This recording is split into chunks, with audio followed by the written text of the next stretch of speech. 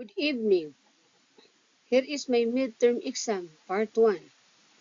Philosophy is the academic discipline that studies fundamental questions about existence, knowledge, values, reason, mind, and language using logical reasoning to explore of reality, goodness, trust, truth, and human conduct.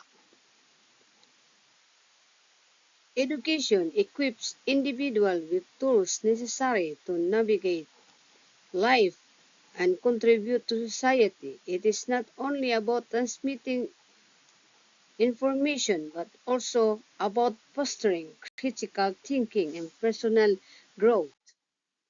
This semester, I have been reading philosophy. In this essay, I claim that philosophy is contrary to my claim and the points supporting it. Other thinking asserts, however, that the ground of knowledge, this is number one, the ground of knowledge is not given pure sensation, but is structured by the mind. Two, moral laws is not merely customary expedient, but binding through practical reason.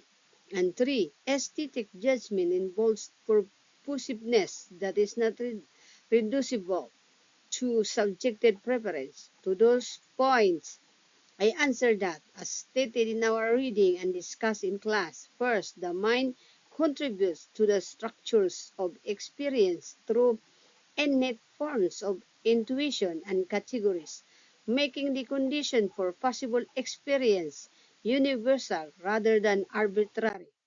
Second, autonomy and the categorical imperative together ground in domain of objective practical norms that constrain mere personal or social convenience.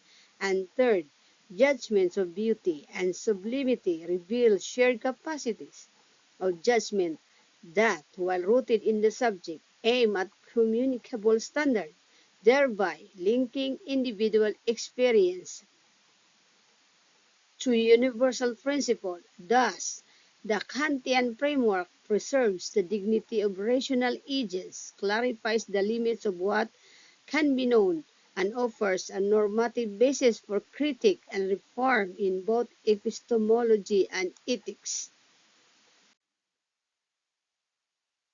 The second, I have been reading on the title Education. Education equips individuals with tools necessary to navigate life and contribute to society.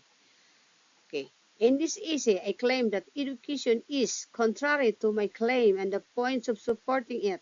Other thinkers assert, however, that number one, the aim of education extends beyond mere credentialing to the development of rational agency.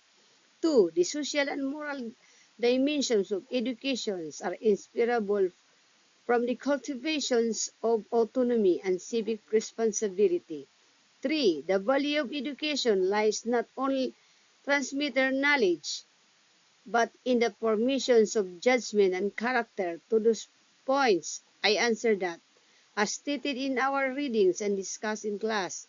First, education should cultivate as well as transmit, preparing learners to participate in a reflective and critical life by fostering conditions for autonomous inquiry.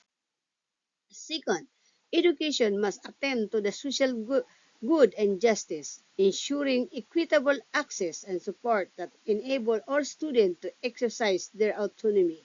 Third, education ought to cultivate judgment and temperance, not just information processing, so that learners can discern, critique, and contribute to public reasoning. Thus, education properly understood advance personal development, social responsibility, and the capacity for principled action with democratic society.